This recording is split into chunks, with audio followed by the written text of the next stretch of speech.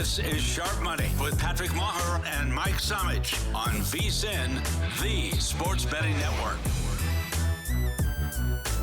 All right, Sharp Money, Mike Somich. I'm Patrick Meagher. These numbers be baking, Samo, for championship weekend. You know, the way I measure this, and I also want to get to the coaches before we get out of here. The way I measure this is on the Mad Dog Show, which you come on with me here, VSiN. You'll see the calls line up as to what matters nationally. Now, this isn't against Michael and the Patriots, not against Broncos fans.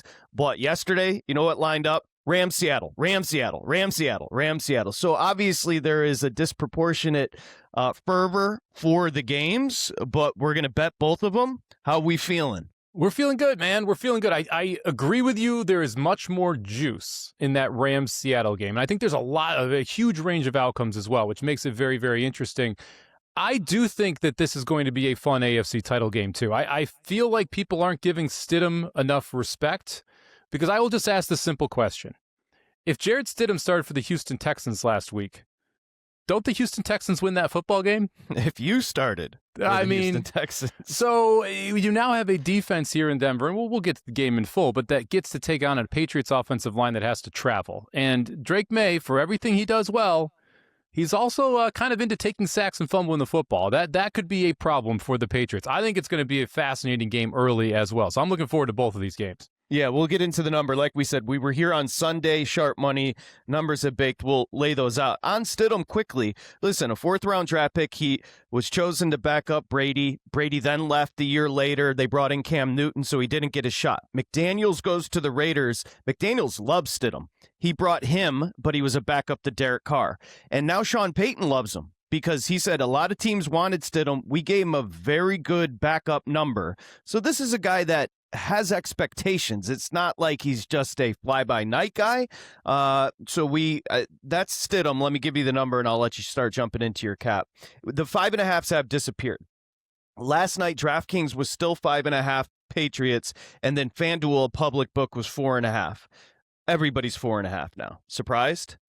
No, I'm not surprised. Look, this look ahead was 1.5 for the Broncos. So that means that we're looking at 1.5 with Bo Nix. A 7-point move through 3 and 4 seems like a pretty aggressive move, and that's how you get to that 5.5 number as Denver being a dog. I feel like that was too aggressive. I didn't bet the 5.5. I was kind of waiting to see if I could get a 6. That never came up, so I don't have a Denver piece here, but if I was going to bet it when it was at 5.5, it would be Denver. Patriots get a little interesting at 4 to me. We'll see if that ever pops up. I'm not sure if it does, but I do think that this is a pretty small range of outcomes. I like the under quite a bit, sitting at 42.5. I think this is going to be a lower scoring game. I think both of the defenses are going to play well here, and I think it's going to be fascinating to watch what New England does here on the road with that offensive line. How are they going to protect Will Campbell, who has been a mess in both of the two games that we've seen in the playoffs, and now has to face a very good Denver pass rush, a very good Denver secondary again. It's as close to the version of the Texans as you can get, not as talented as what the Texans are, but still have a lot of very, very good pieces there. And again, the sack problem for me is the key here. I think we end up seeing another 3, 4, 5 sack day from this Denver defense. And if that's the case, you're going to get 1 or 2 fumbles from Drake Maye. We saw the offensive line be able to get on 2 fumbles for them against Houston. They need that fumble luck again if they're going to be able to beat Denver here, because I don't see Stidham putting the ball in a bunch of trouble. If I'm Sean Payton, I know I'm not going to be able to run the ball that successfully against a very good Patriots run defense. What does that mean? That means I'm throwing quick passes to the outside to Mims. I'm throwing screens to Harvey, and I'm taking deep shots down the field.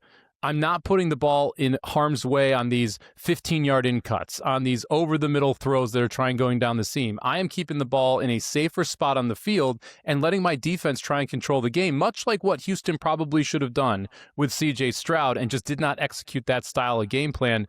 Denver's offensive line also significantly better than Houston's. I don't think we're going to see the same pass rush from New England that we saw against Houston at home. There's a lot of factors to why I think Denver has a real shot at winning this football game. I think you nailed it with the Campbell designation on the left side. And I think Nick Bonito, who is, he's a stud, 15 sacks this year, 15 sacks last year, right around there.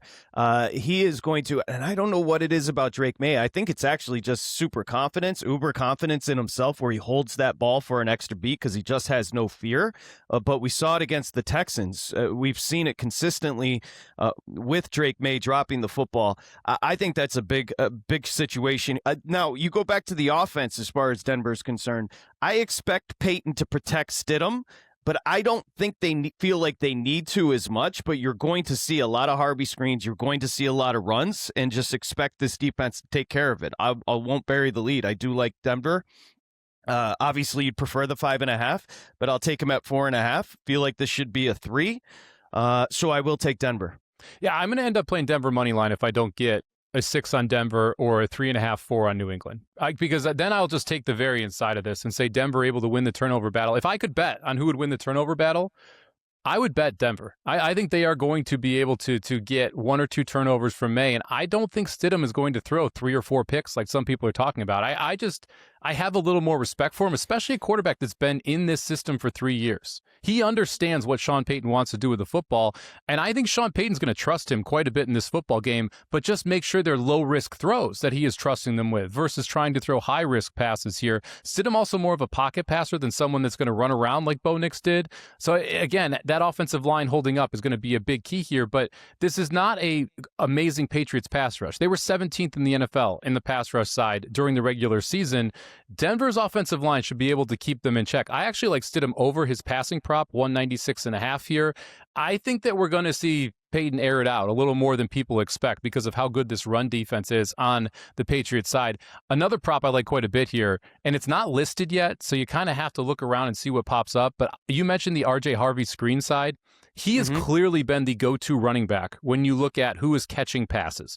McLaughlin's been getting carries. Harvey's been getting some, but the passing game specifically has been all about RJ Harvey. I think you're going to see RJ Harvey get 4, 5, 6 targets in this game. His prop's been in the low 20s the last couple weeks from a receiving perspective. I would expect we're going to get that same number, maybe a little lower because of Stidham's pass yards being 30 yards lower than what we'd seen Nix at.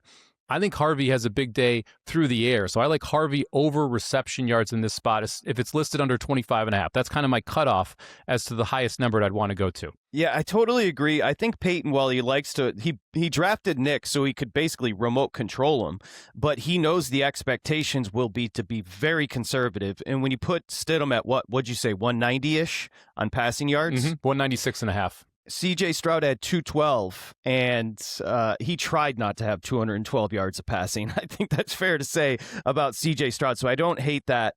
Yeah, and you're looking at a little over $2 on the money line with Denver. And again, not all home fields are equal. I know a lot is made about Seattle. Now, the last 2 years, Seattle has been better on the road. The one thing that is legit in Denver, and New England's not used to it, is the altitude. Even soccer players, I love MLS, Major League Soccer. When they go to Denver, they say by the second half they're gassed.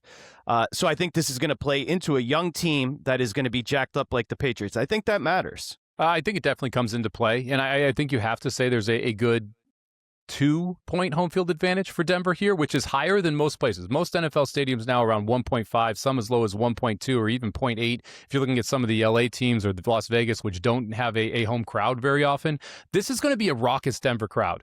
And New England has had the benefit the last 2 games of playing at home. And again, that makes a big difference for offensive lines. Offensive lines do not travel well. We saw that with the Chargers. We saw that with the Texans. I think we're going to see some of that with the Patriots here. I do think that they have an edge at quarterback. I don't want to crap all over Drake Maye here. He's very, very good.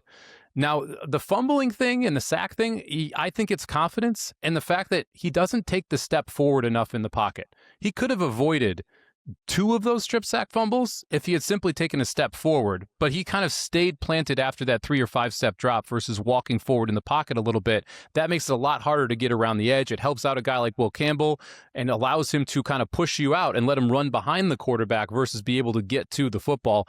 I do like one prop here for New England as well. Boutte on the outside. He has become the big play wide receiver for Drake Maye, and I would assume we're going to see a lot of Sertan versus Diggs on the outside, which means Riley Moss is going to draw Boutte. People love taking shots against Riley Moss. I think Boutte gets 3 or 4 shots downfield. His longest reception prop is at 19.5 yards. I think he goes over longest reception, 19.5 yards. Maye, very good at the long ball. Moss is going to get attacked. Boutte's the guy they're going to attack him with. So let's go over 19.5 longest reception for Boutte. And even if he's blanketed, we saw one of the great catches you're going to see with Kayshon Boutte. I mean, I still don't understand why that's not made to be a bigger deal. I don't understand how he kept control of the ball, of course, in the Houston game going to the ground. Listen, this is not the way you handicap, but I think if you're Denver, you could say, we have the 2 best players in this game. If you want to go Surtain and Benito, you could argue that with Drake Maye being in year 2. So just the fact that they just believe so much in that defense, you mentioned a legit 2 points at home, the altitude, I just think it's going to be tighter than people think. Just perception losing Bo Nix, obviously it hurts, but Stidham, who hasn't played since 23, really. I mean, he took 4 snaps this year, but he's 29 years old. He's been around. He knows what he understands what he's walking into. I do like the 4.5, love the 5.5. And Somich said, if it sticks around here, take the over right around plus 210 on the money line. Yeah, it's interesting because I think a lot of people, and I'm interested to see what this number does on Sunday. Because I think a lot of people are going to be sitting there, and we get public wagers starting on Friday. That's when you start to see the larger amounts of public money come in. Friday, Saturday, and then game day Sunday. I think that's going to be all Patriots, Patrick. I think people are going to sit here and say, I don't want to bet Jarrett Stidham in the AFC title game, especially with Drake Maye, who's an MVP candidate, who's been awesome in his second year in the NFL against a team in the New England that's just been above expectations. And so is Denver, but Denver did all that with Bo Nix. And now you're switching to a quarterback, and you're going to hear everything. He's only taken 4 snaps this year, hasn't thrown a pass in 2 years. All of this media-driven stuff around Stidham, I think, is going to push more and more people to the Patriots. I'm hoping we get this number to kind of tick up as we get closer and closer to game time, and I can get a piece of the Broncos here. I totally agree. I think you're going to see this push up from the 4.5. Interestingly enough, a Sharp Book Offshore and Pinnacle is sitting 5.5. It's the only 5.5 I see. I don't know what that tells us. But that is the 5.5 as I look at a million books right now that I do see, and that is offshore. Circuit is 4.5, $1.10. So right there. But I do expect DraftKings is juiced up a little on the 4.5, and FanDuel is 108. So sub 110. Where does it close?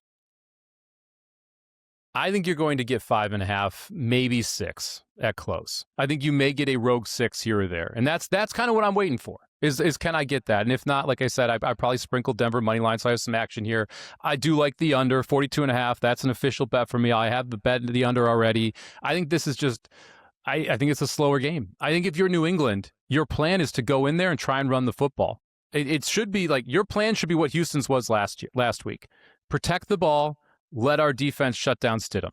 And if at some point we start to fall behind or we're not able to do what we want, then we start airing it out with Drake Maye. Then we start opening it up.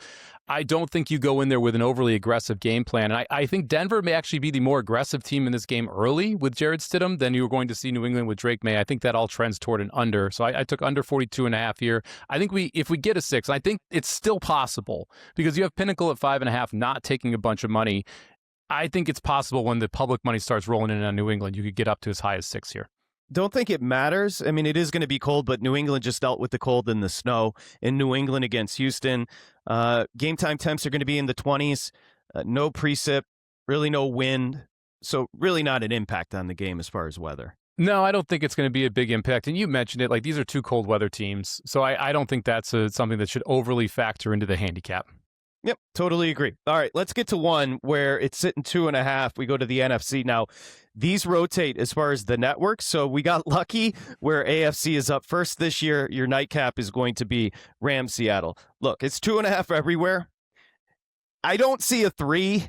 And if you see a 3, be on your board because you're going to have to hit it quickly because it's going to be gobbled up and it'll drop back down to 2. My assumption is this is going to close Seattle 2.5, Mike. Yeah, it looks like it. I think we actually might close Seattle too. It was interesting. I was on last night on VSiN Primetime with Matt Brown, and we were talking about this in real time, and all of the numbers were 2.5 plus 100, 2.5 minus 105 on the Rams side. So juiced heavily towards Seattle. And it's like, well, if at that juice, wait and see if you get a 3. And as we were talking about it, we actually saw a coordinated move to hit every plus 100 and minus 105 available at Rams plus 2.5. And that pushed almost every single book down to Rams or to Seattle Seahawks minus 2.5, minus 110. That makes me believe, to your point, if we ever get to 3, the first time it will last maybe 5 minutes. Because if someone's going around and making a coordinated effort to soak up every single plus 2.5, plus 100, 3s will get gobbled up as soon as they show up. Now, maybe we get that push back to 2.5, and then you push back out to 3 again, and the second 3 lasts longer. But if we get a first 3, I think it goes pretty quick. Based on that move, though, when you're moving 5 different books on the juice side from plus 100 to minus 110, that tells me that Rams money's waiting, that people want to bet the Rams in this game. I think we actually close closer to 2, maybe even 1.5 Seattle. Saw it at the kickoff against San Francisco. I think there is a distinct advantage, if you want to call it pretty simply.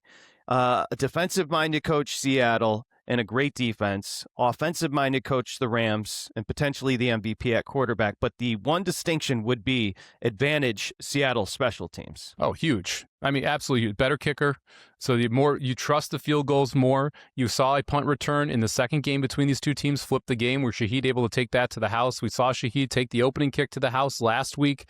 There's a huge edge in special teams here for Seattle. I think this is a fascinating third effort of this game, of this matchup too, because you rewind to that first game where the Rams won 21-19, you could make a case that Seattle deserved to win that football game. They had an opportunity with a field goal at the end to be able to win 22-21. Darnold turned the football over 4 times. The Rams did not turn over the football. The Seahawks drastically outgained the Rams in that football game, yet only lost by 2. And then you fast forward to the Thursday night game where Seattle wins 38-37. The Rams probably should have won that football game. They were in total control in the fourth quarter before that kick return. And honestly, Stafford missed a couple throws, or else that kick return wouldn't have even mattered. And then you get those crazy 2-point conversions, the one to Charbonnet, the one in overtime, to be able to decide that football game. Both of the teams that won these 2 games in the regular season, the Rams beating the Seahawks and the Seahawks beating the Rams, probably didn't deserve to win. It probably should be 1-1, but flipped the other directions. Now we get that rubber match here up in Seattle. You nailed why I think this is fascinating, because the first one in November, the Rams won 21-19 at home. Seattle very much could have won that, like you perfectly laid out, with 4 picks from Darnold. So it's almost a win from Seattle if you clean up some of those picks. And then the other one is even as confounding, one of the best games of the year, overtime winner for Seattle at home, 38-37. Matthew Stafford, who, by the way, in that first win, passed for 130 yards.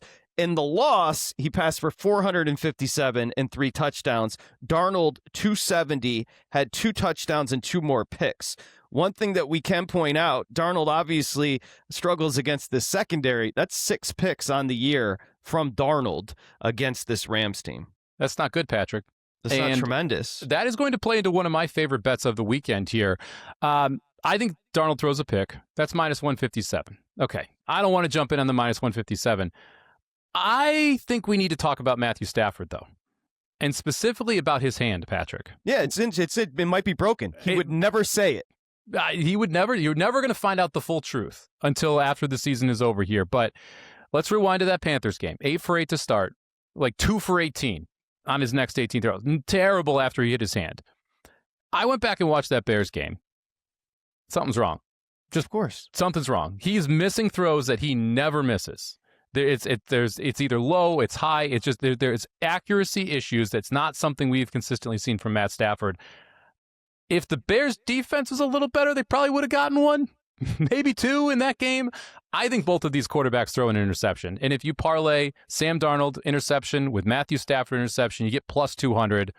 I'll take a shot here with both quarterbacks throwing a pick at plus 200. Yeah, having watched every snap essentially in 12 years with the Lions, Matthew Stafford, what you saw from him after the injury against Carolina, like Mike said, and what you saw from him in Chicago is uncharacteristic.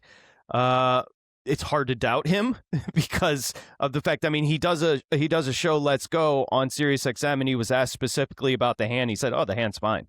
I mean, he's a very different person as far as he would never admit anything's wrong there. I did want to focus on the running backs for a second, because I do think there's going to be a concerted effort on both sides to run the football.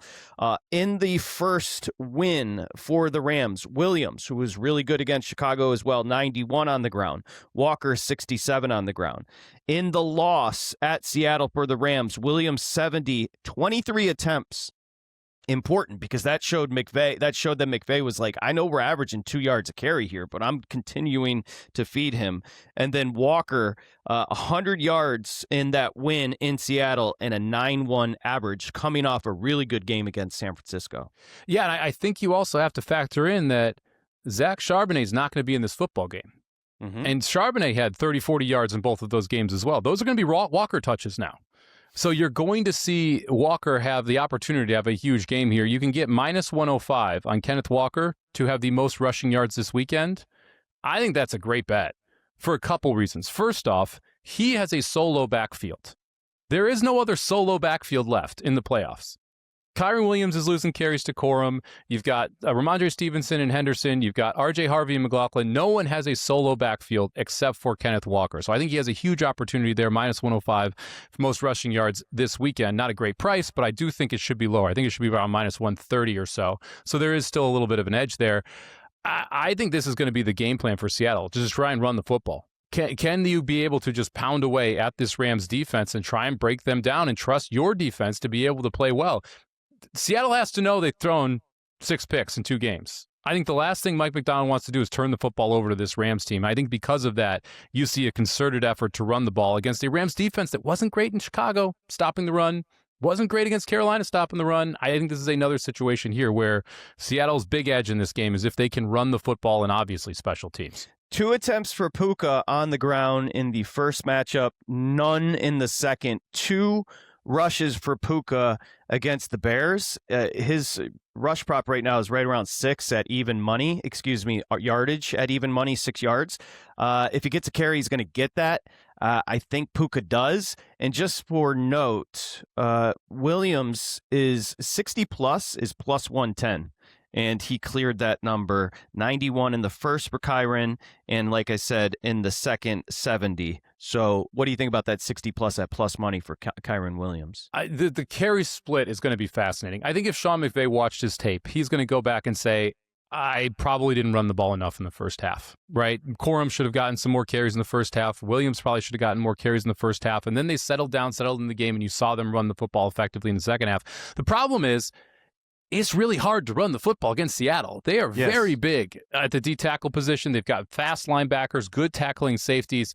I'd rather go Puka than I would go Kyren, because I do think there's a world here. Last week was only the second time in 7 weeks we saw Corum get less than 10 carries. I think that's going to be an adjustment to the game plan. I think you're going to see Corum get more carries in this spot than we did last week against Chicago. So I'm concerned about the running back split there to go over Corum. I don't mind the Puka. I had it over 4.5 last week. So you've seen a 1 to 2 yard move in the market there. That 1 to 2 yard absolutely matters, because it may be the difference between 1 or 2 carries for Puka Nacua. I like Rashid Shaheed over 3.5 rushing yards. I'll go to the Seattle side. You take out Charbonnet. I think you have to get more creative in your run game. And we've seen Shaheed be explosive when he gets the football. And it's interesting, before the trade, Shaheed had 2 carries on the NFL season.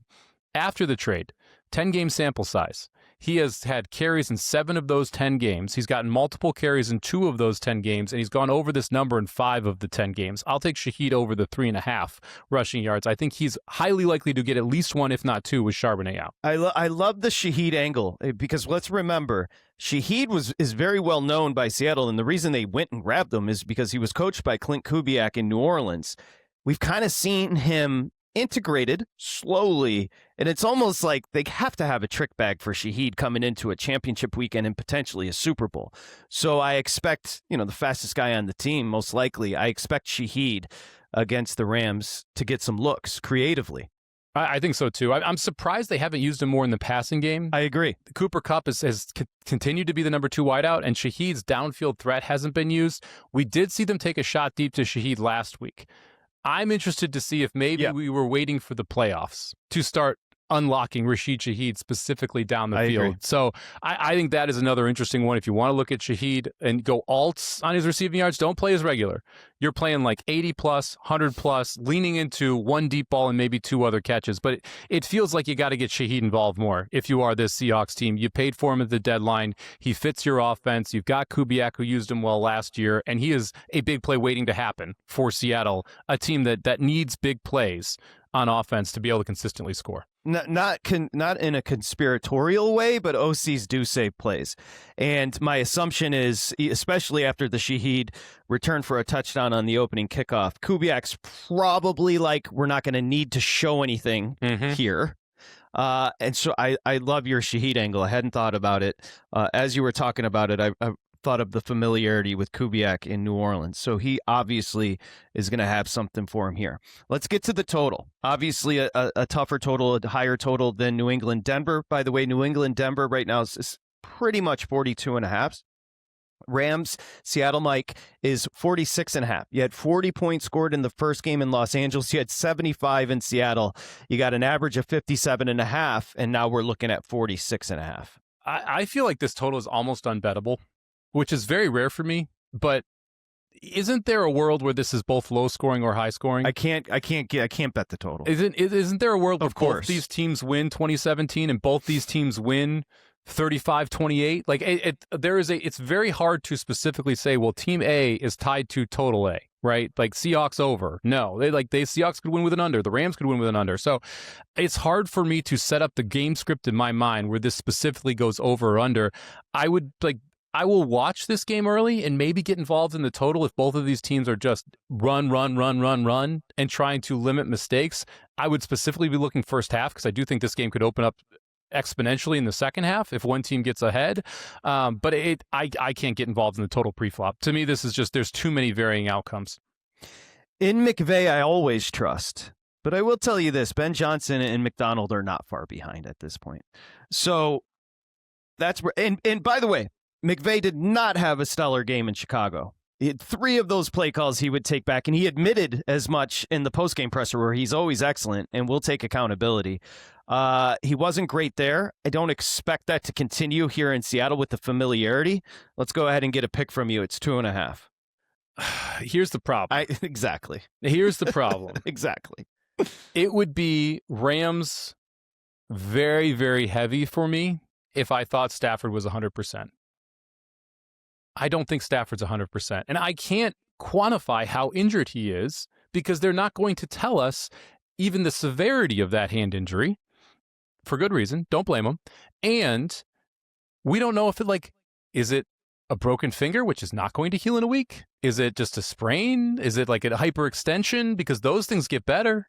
It didn't look like a week helped that much between Carolina and between Chicago. So I am tentatively Rams plus the 2.5. I do think that the Rams are the better football team. I trust Stafford more than I trust Darnold. The problem for me here is that finger. If this was a healthy Stafford, it would be Rams, and I wouldn't even be wavering. Without a healthy Stafford, I think this is a phenomenal game. I'll take the 2.5 anyway because it would be Rams money line for me if Stafford was healthy. You nailed it. I went from loving the game to watching Stafford against the Bears. Here's what I would say. When they needed it against Carolina, I think he was 6 for 6 on that drive. When they needed it against the Bears, big pickups to Puka Nacua and Devontae Adams. When they need it, he's there. 6 picks from Darnold against this Rams team. I went from loving the Rams, and then also what you said about the injury, to now just liking tentatively the Rams. So forced pick, I'm laying the 2.5. The problem... Excuse me, I'm taking the 2.5. The problem with that is they kind of need it every drive against the Seattle. Yeah, that's like, you can't But we do have the sample size on the other side that Darnold is going to also hand it back to you. That's Correct. Just been proven. That's 6 picks in 2 games. And that's why I like both to throw an interception at plus 200, right? I think that's one of those ways that if you want to even take like 2 Darnold picks, you can get that at plus money. There are ways to bet bad in this game, right? That you're going to get some of these mistakes. But I agree with you. Look, and I think the market does too. I think the market has moved from 1.5 and 2.5 because of the finger. I think that is if you actually got someone to admit why they put the 1.5 and why Seattle was bet so heavily early, To me, it's not Seattle's dominance in the last round. To me, it's not the Seattle defense is so great. It's that Matthew Stafford has not been as good since he hurt that finger in Carolina. And that's why we're seeing a point move. I think the injury to Stafford, the blowout of San Francisco, and the perceptive home field advantage, the 2.5 is respectful to the Rams. Yeah, I mean, look, this was 1.5 on the Thursday night. Seattle minus 1.5. I'm saying that it hasn't touched 3 with all the anecdotes that we're throwing in there. That's why I think there is so much of a sleeping giant in Rams money. I think people want to bet the Rams that have not bet the Rams again. I agree. The concerted move and 5 different books to move juice, and every single one that was plus 100 or minus 105 gets hit at the same time. That's a group. That's a syndicate saying, we want to hit all of these different places, and we don't necessarily believe there's going to be a 3. They believe there's not going to be a 3 because they've talked to other people who like the Rams, and we're waiting for the 3 as well, and so they wanted to get ahead of everybody. Yeah. Great game. That's going to be fun. I think both these games are going to be a lot of fun. I realize the juice isn't there in the AFC, but I still think we could have a fun football game. I like your positivity out there in Denver. You know, I am known as a pretty positive person, all right? We're going to kick it out of bed when you get an AFC Championship matchup between Drake Maye and Denver. We're not. And it's no disrespect. It's just we've already seen 2 wonderful games between Seattle and the Rams. And by the way, they are the 2 best teams in football. Let's take a look at what we expect as far as if these teams advance. Let's start with the Rams v. Denver or New England. Rams v. Denver, I'm sure this is out there. I haven't looked. My guess would be 8.5-ish, anywhere, 9? There's 2 different numbers. So there's 8.5 and 9 for Rams versus Denver. So very good job by you, Patrick. And Seattle is anywhere from 8 to 9 over Denver, which I also find fascinating that you're seeing the same number or a slightly better number, depending on the book you look at, as the Rams being a heavier favorite over Denver, but they're catching 2.5 in Seattle.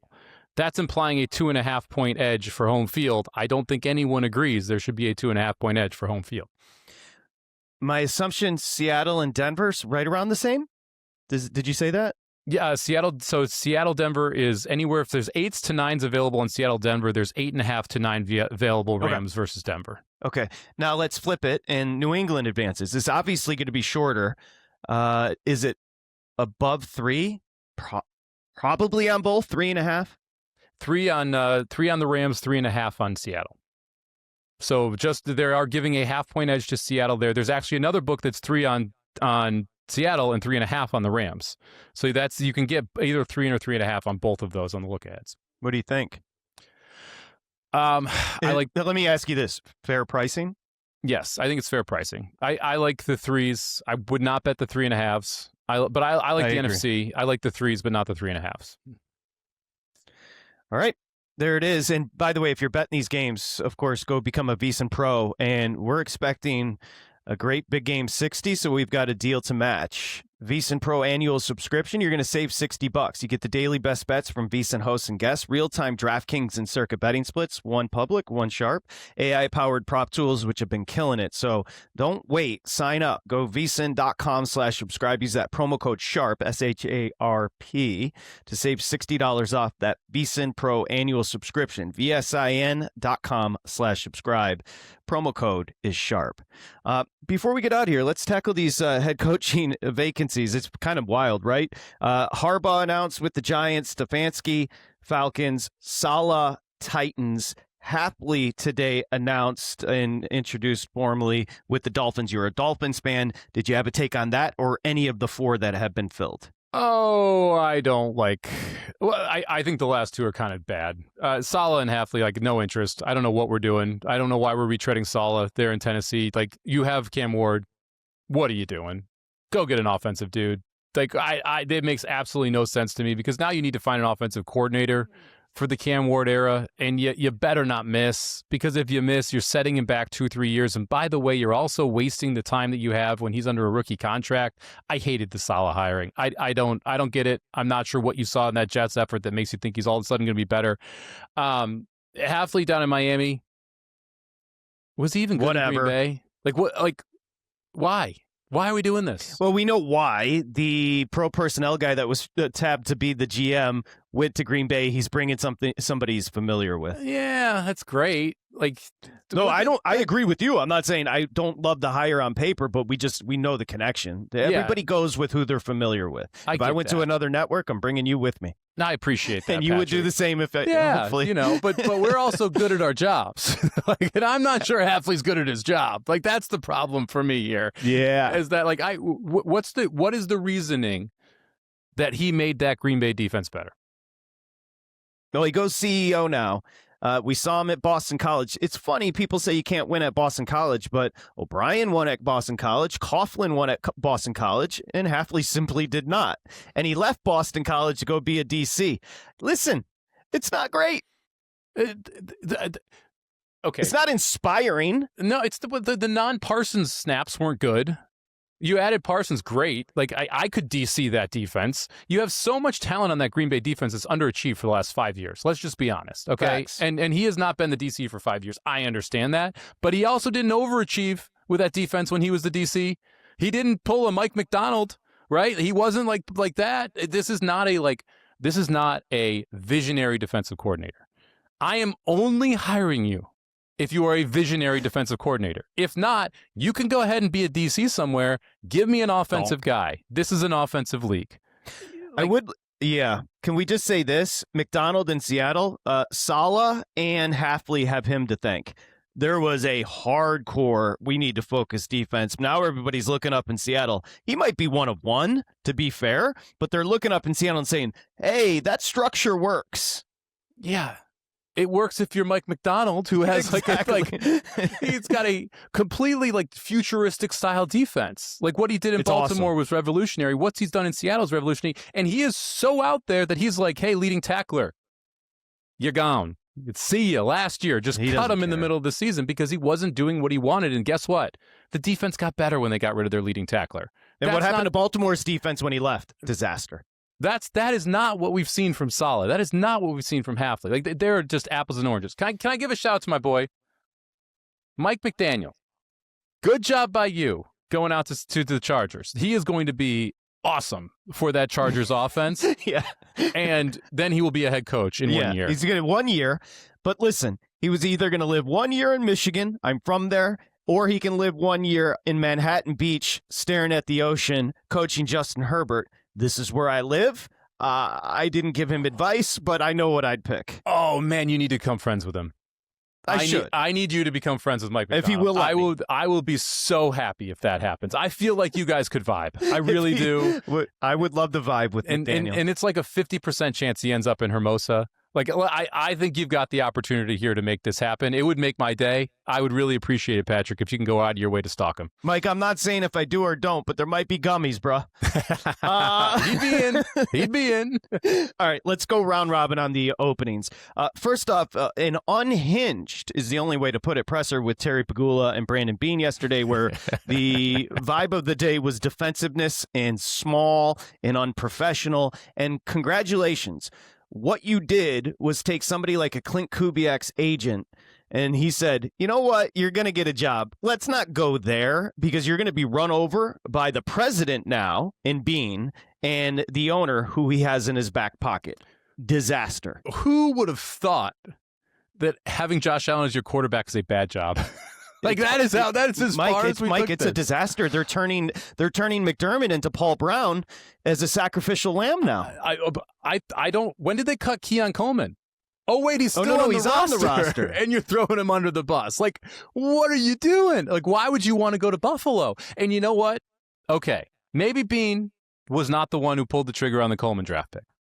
Pretty sure he's the one who architected that secondary. Pretty sure he's the one who didn't go get a wide receiver at the trade deadline. Pretty sure he's the one that didn't have a pass rush. Like, great. You had one thing that you're pointing to that was McDermott. What about the rest of the just crappy roster construction that you had in Buffalo around Josh Allen? Like, can we talk about that?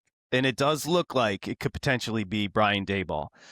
That is as funny as a lead. And you can go hire Brian Daboll as your OC. Brian Daboll as a head coach is laughably bad. I don't hate it. He was running into the tent to grab Jackson Dart from concussion protocol to drag him out of it as a leader because he didn't want to lose his job. That's Daboll. Well, I mean, wouldn't you run into the tent to try and save your $10 million a year let's job? Let's be fair. He's a donk. Yeah. But they might hire him because they've shown they have a lot of power, but they're defensive. And, you know, Daboll does have familiarity with Allen, I guess. And what we just said, I think it's very undesirable at this point.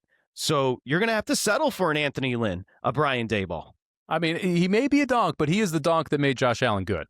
Let's not forget that Josh Allen loved to turn over the football before Brian Daboll got there. Fair. And so if you're looking at this from what do we know works? We have a window that is going to close as Josh Allen gets older.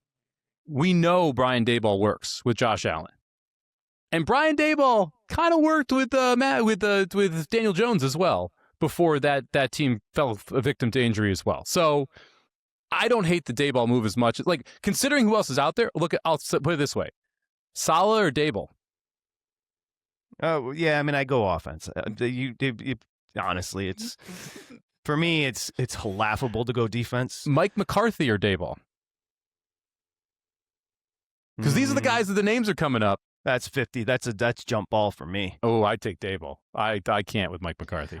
Bottom line is, what is the best player in football has now become an undesirable job. Good job, Pagula and Brandon Beane. That's almost an impossibility. Let's continue. Arizona should be quick. Nobody wants the job. Rightfully so. You should not want the job. It's going to be the donk that did coach Denver. Now he's the DC. He was a DC in Arizona. His name slips my mind. That's probably who's going to get it. I have no clue who's getting that job. We'll see. I mean, if I'm Arizona, I'm like, hey, passing game coordinator for the Rams. You want a shot?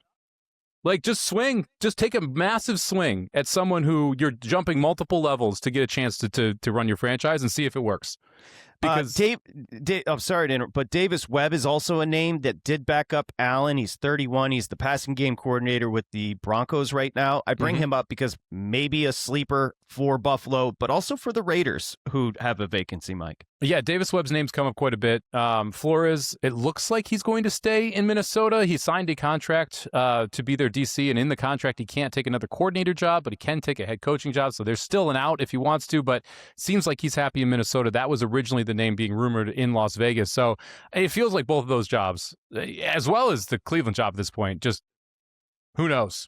Who knows what we're going to end up with in those three franchises? Yeah, Cleveland was next. I was going to bring them up, and I think it's probably just going to be Jim Schwartz, who's been running the defense because nobody wants it. McDonald, he said, I'd rather go to California and coach McDaniels. Probably Schwartz, who is the old Lions coach, probably gets another chance because nobody wants that job. Yeah, a retread defensive guy. Good job by you, Cleveland. Baltimore, my assumption would be, I think it's going to be Jesse Minter, who has ties there. He's the DC with the Chargers. Yeah, that looks like it would make sense. Got ties to the Harbaughs as well. I would expect that Minter looks like the guy. Again, what are we doing? Like, I don't understand. Why did you fire John Harbaugh to be in this situation? Right? I mean, Miami, why'd you fire Mike McDaniels to be in this situation? Okay? I cannot stand the fact that some of these multi-billion-dollar organizations are like, let's get rid of the dude to get nothing. You're saying change for change's sake. Yeah, it's the grass is greener thing. You broke up with your girlfriend because the other girl was walking across the street, thought she was pretty. You got no clue what's going to happen. Like, you don't know what's going on. Like, you need to have a plan. And the organizations who don't have a plan, maybe just stick with the dude that you got. And I've seen Jesse Minter and Jeff Hafley. They ain't got that badunkadunk. When I saw him walk across the street. Baltimore, we just talked about Pittsburgh. So let me ask you a question. As far as Mike Tomlin, tremendous coach, but was he progressive? He was not. Did he have penalty issues? He did. Was he conservative, old school, and did he struggle in the playoffs? He did. So perfect replacement would be Mike McCarthy. Oh, yeah. Because Mike McCarthy, check on everything I just said, and he did just get interviewed in his hometown of Pittsburgh yesterday. He did? What are we doing? Congratulations. What are we doing? Like, I don't understand. I still don't understand. Like, you went through, you need a head coach, you need a quarterback. You went through this whole diatribe last Thursday. You did it again on Mad Dog Radio last Friday with us. And you have teams that got rid of their head coach to not get a head coach. What, like, you should literally be shooting for the stars when you have these openings. Because I would rather be wrong and fire a dude in 2 years and try again and see what's out there than hire a crappy retread. The retreads don't work. okay? They don't work unless it's a specific level of coach. Mike McCarthy is not at that level. Salah is not at that level. Like, these are not the guys you want to bring in to run organizations. It's going to sound very recency biased, but people have weird relationships with money. If I'm one of these teams, Buffalo, Pittsburgh, Baltimore, I literally call Curt Cignetti and say, how much? And I don't care that he's a college coach. He will win wherever he goes, Curt Cignetti. I mean that. Yeah, man. I mean, would you rather have a chance on McCarthy or Hafley or this is what we're saying. We're retreading. Yeah, I would rather have Cignetti. My hesitation is I'm not sure how NFL players would react to him and how he would react to NFL players. And his he's got the Belichick style. Like I said, it's a long shot. It's not even a long shot. I'm just bringing up a name that would counter these tired hires. Yeah, you see what I'm saying? I get it. It's not going to be. By the way, Belichick is not happening. No, I would just like everybody to understand that ship has sailed. No. Get rid of the perception you have about Bill Belichick. That human doesn't exist anymore. What's her last name? Jordan Hudson. Jordan Hudson has a better shot at an NFL coaching spot this year than Bill Belichick does. Is that low right now on the list? You're right. Look, you are being more out of the box than NFL general managers, than NFL owners right now. And you need to be out of the box if you want to be ahead. You don't get ahead in a league by being a copycat. Now, this is a copycat league, so a lot of people do it. That doesn't mean that's how you get to the top. If you are copying something, it means it's already been done by definition. That's not how you get ahead inside the NFL. I hate the retreads, man. Yeah, I hate the retreads. With everything you said, I agree. So that's why the three names I'd be looking at would be Webb, the 31-year-old kid, Udinski, the 30-year-old down in Jacksonville. Everybody says he's a rocket scientist. Mm-hmm. And then the passing game coordinator with the Rams. I'm trying to find a McVay. Yeah. I'm trying to find my McVay. Yep. I'm not dicking around and hiring Mike McCarthy at 64 years old. That is hilarious. What's the upside? We know the upside. Nothing. 9-10 wins and you fail in the wild card round. Well, and you get a coach for maybe 5 years that people don't want to go play for. Like, I don't know, man. Some of these decisions feels like I should be. Can I get involved? Give me a call. Sure. Give me a call. I am available for a front office job for a couple million a year. I will fix your stuff. I will make it work. Are you still good to go on Sunday nights? Yeah. Look, dude, if, what's his name? Like Rich Paul has a podcast. I could have a podcast to be an executive in the NFL. Yeah, let's do it. You guys are we're similar in a lot of ways. Yeah.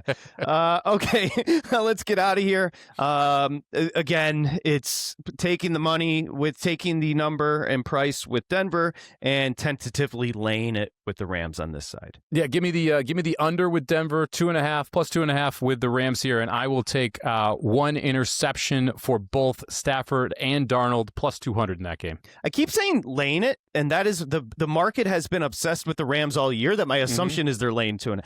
Again, taking the 2.5 with the Rams. It's funny because you sent that over in the official thread we got going for plays. I didn't know if you wanted to lay it with the Rams for 2.5 because you can go and you want me to go alt?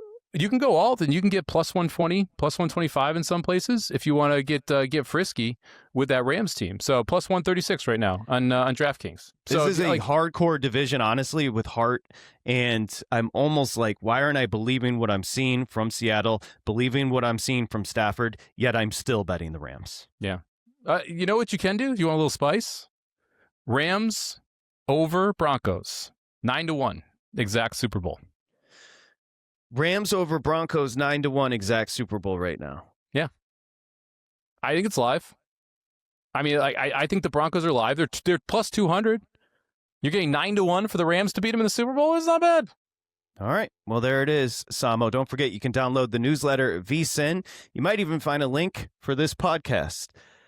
Go to vsin.com/newsletter. Samo, I'll see you on Sunday night after championship weekend, okay? You got it. Rumor is we might even be live on YouTube on Sunday night. Let's see if we can substantiate said rumors. That'll be a surprise for all of us. We'll see you then.